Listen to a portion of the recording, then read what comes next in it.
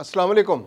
अफगानिस्तान दहशतगर्दी का मरकज़ है और इस मुल्क से दहशतगर्दी की एक्सपोर्ट रोकना अब लाजमी हो गया है।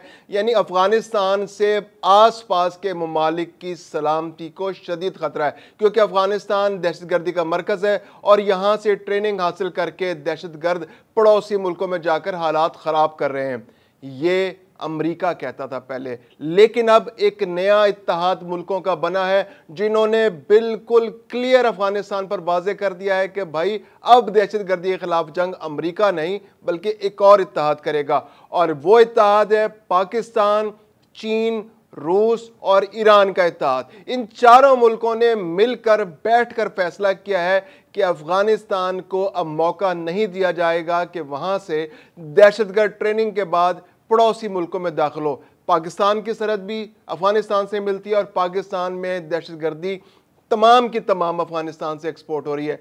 यानी जो भारत भी इन्वेस्टमेंट कर रहा है वो अफगानिस्तान के अंदर करता है। वहां से टीटीपी, जैश-ए-मोहम्मद, बीएलए और पता नहीं कितनी तंजीमें वहां से ट्रेनिंग लेकर पाकिस्तान के अंदर दाखिल होती हैं और यहां पर दहशतगर्दी में मुलविस पाई गई हैं। इसके अलावा उज़्बेकिस्तान, ताजिकिस्तान, इन ममालिक को, सेंट्रल एशियन ममालिक को भी अफगानिस्तान से बहुत शिकायत है। ईरान की शिकायत अपनी जगह, ईरान भी इन खदशात का इजहार करता है कि ईरान के अंदर दहशतगर्दी में अफगानिस्तान से आने वाले दहशतगर्द मुलविस है। इसके अलावा चीन, वाखान की पट्टी जो है वो चीन के साथ आगे जाकर मिलती है, तो चीन भी अफगानिस्तान से होने वाली दहशतगर्दी से बहुत परेशान है। सी पैक के मंसूबे को अफगानिस्तान से आने वाले दहशतगर्दों ने सबसे ज्यादा नुकसान पहुंचाया है।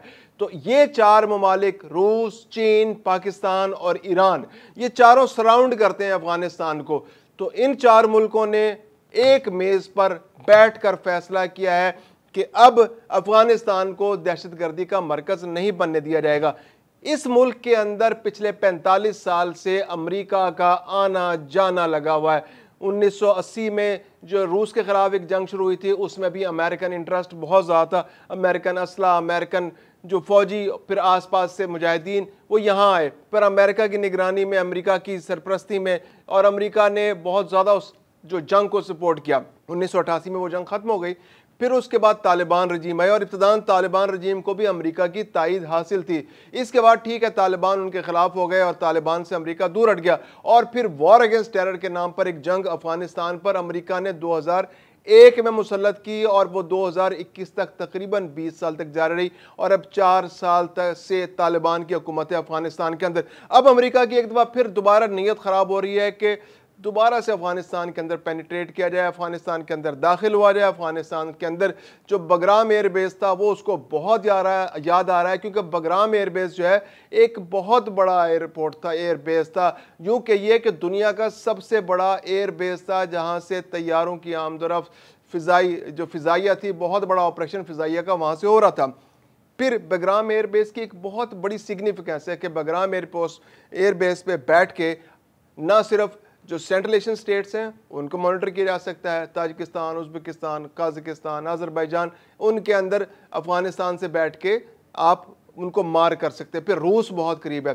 फिर सबसे बड़ी बात यह कि अफगानिस्तान की सरहद से चीन की सरहद मिलती है, तो चीन, फिर ईरान की सरहद भी अफगानिस्तान के साथ मिलती है। तो बगराम एयरबेस पर अगर अमेरिकन मौजूदगी है तो वो इन तीन मुल्कों के लिए खतरनाक है। और फिर सबसे बढ़ के जो सबसे बड़ा बॉर्डर है वो पाकिस्तान का अफगानिस्तान से मिलता है, और पाकिस्तान वैसे ही दहशतगर्दी से दुनिया में जो सबसे ज़्यादा मुतासर मुल्क हैं उनमें शामिल है। यानी अफगानिस्तान में इस वक्त दहशतगर्दी कम हो रही है, पाकिस्तान में ज़्यादा हो रही है, क्योंकि ट्रेनिंग अफगानिस्तान से ली जाती है और पाकिस्तान के अंदर आकर दहशतगर्दी होती है। तो अफगानिस्तान से जो डायरेक्ट बरह रास्त पाकिस्तान के इलाकों में दहशतगर्दी हो रही है, टीटीपी और जैशुल अदल और इस तरह की बहुत सारी तंजीम, दाइशें, वो जो है पाकिस्तान के जो केपीके प्रोविंस के अंदर आके उसके अंदर फाटा के इलाके में वहाँ पर दहशतगर्दी करती हैं। इसके अलावा बीएलए और जो बाज़ तंजीमें जो हैं वो बलूचिस्तान के इलाकों में आकर अफगानिस्तान से आकर दहशतगर्दी करती हैं।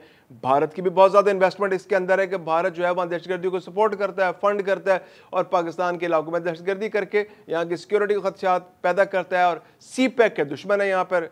तो अफगानिस्तान जो है उसको बड़ी क्लियर कट वार्निंग दी गई है रूस की जानिब से, चीन की जानिब से, पाकिस्तान की जानिब से और ईरान की जानिब से।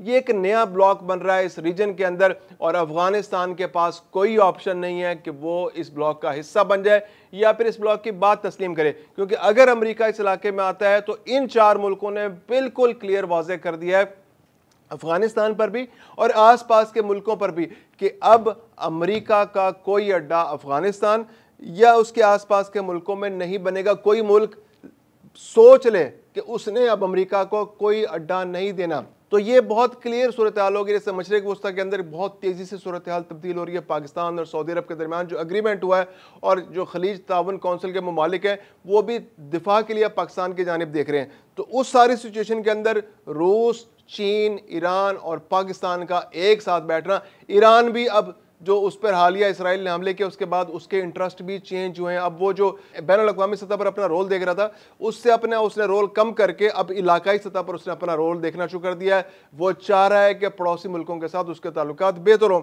उसके अफगानिस्तान के साथ भी ताल्लुकात बेहतर हों, पाकिस्तान के साथ भी बेहतर हों और बाकी पड़ोसी मुल्कों के साथ भी उसके ताल्लुकात बेहतर हो ईरान के। तो अब इस सारी सूरत हाल के अंदर ये जो अक़वाम मुत्तहिदा के जो न्यूयॉर्क में इजलास हो रहा है, इस मौके पर इन 4 मुल्कों के वज़ीर ख़ारजा ने बैठ कर यह फैसला किया है कि अब ये 4 फ़रीक़ी इजलास जो है ये इसको आगे बढ़ाएंगे अफ़गानिस्तान को लेकर, अफ़गान दहशतगर्दी के ख़िलाफ़ जंग को लेकर। अफ़गानिस्तान को तो मैसेज क्लियर दे दिया गया है कि आपने अब दहशतगर्दी अपने मुल्क के लिए को इस्तेमाल नहीं करने देना, दहशतगर्दों को ना वहाँ ट्रेनिंग होगी, ना वहाँ से दूसरे मुल्कों में दहशतगर्द दाखिल होंगे, ना वो दूसरों की सलामती को ख़तरे में डालेंगे। अगर ऐसा हुआ तो अफ़गानिस्तान को इसके नतायज भुगतने पड़ेंगे। इसके अलावा दूसरा नुक्ता उन्होंने वाज़ेह कर दिया है कि अब बगराम एयरबेस तो छोड़ें, आप कोई एयरबेस अमेरिका या किसी दूसरे मुल्क को नहीं देंगे।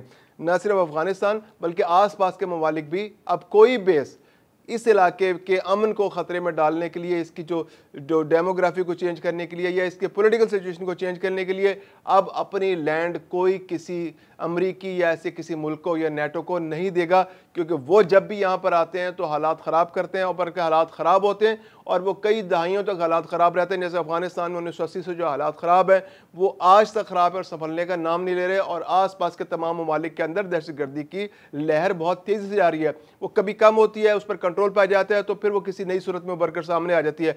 और भारत के लिए भी बड़ा क्लियर मैसेज है इसके अंदर कि वो भी अब अपने आप को ज़रा लिमिट में ले आए, अपने औकात के अंदर वापस आ जाए, क्योंकि अफगानिस्तान के अंदर उसकी बहुत ज़्यादा इन्वेस्टमेंट दहशतगर्दी को लेकर है। तो अगर वो दहशतगर्दी करेगा और दहशतगर्दी अफगानिस्तान से पाकिस्तान के इलाकों के अंदर होगी तो ये पूरे खित्ते के लिए एक सिक्योरिटी रिस्क पैदा होगा और अब ये 4 ममालिक किसी भी तरह से सिक्योरिटी रिस्क को बर्दाश्त नहीं कर सकते।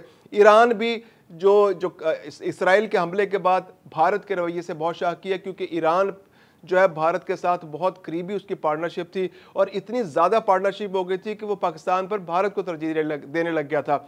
लेकिन इसराइली हमले के बाद जब ईरान को पता चला कि जो भारतीय शहरी ईरान के अंदर मौजूद हैं वो तो इसराइल के एजेंट है, जितने हमले जो ईरान के अंदर हुए, जो उनके एसेट्स पर हुए, जो उनके साइंसदानों पर हुए, जो उनके जर्नलों पर हुए, तो वो तो भारतीय जासूसों के जरिए हुए। वो जो रॉ के एजेंट्स वहाँ मौजूद थे उनके जरिए वो हमले कराए गए। तो अब ईरान के अंदर भी रियलाइजेशन है कि भारत जो है उसको इस सारे मामले से दूर रखना है और अफगानिस्तान के अंदर भारत की मौजूदगी ईरान की सिक्योरिटी के लिए भी मसला पैदा कर रही है। तो ईरान जो है उसने अपने मामलात को बहुत क्लियर कर लिया। अब ईरान भी भारत से अपने आप को डिस्टेंस कर रहा है। चीन ने तो पहले ही सिक्योरिटी मामलात पर भारत से अपने आप को बहुत दूर कर रखा है और पाकिस्तान के साथ उसकी बड़ी क्लोज पार्टनरशिप है। और मई वाली जो पाकिस्तान भारत जंग है उसके अंदर भी चीन ने अपना सारे का सारा वजन पाकिस्तान के पलड़े में डाला। अब रूस जो है उसने चीन की बालादस्ती को कबूल कर लिया और उसको अपना बड़ा भाई मान लिया है। पहले रूस बड़ा भाई था और चीन छोटा भाई था, लेकिन अब चीन बड़ा भाई है और रूस छोटा भाई है। और ये जो सूरत हाल पैदा हो गई कि अमेरिका जिस तरह से इस खत्ते के अंदर टैरिफ के नाम पर दहशतगर्दी फैला रहा है, दहशत फैला रहा है, तो रूस, चीन, पाकिस्तान और ईरान का ये इत्तेहाद अफगानिस्तान के मामले पर, सिक्योरिटी के मामले पर, अमेरिका को इस खत्ते से दूर करने के मामले पर ये बहुत अहम है और इससे आने वाले दिनों में सिक्योरिटी के हवाले से सूरत हाल काफ़ी बेहतर होने का इम्कान है।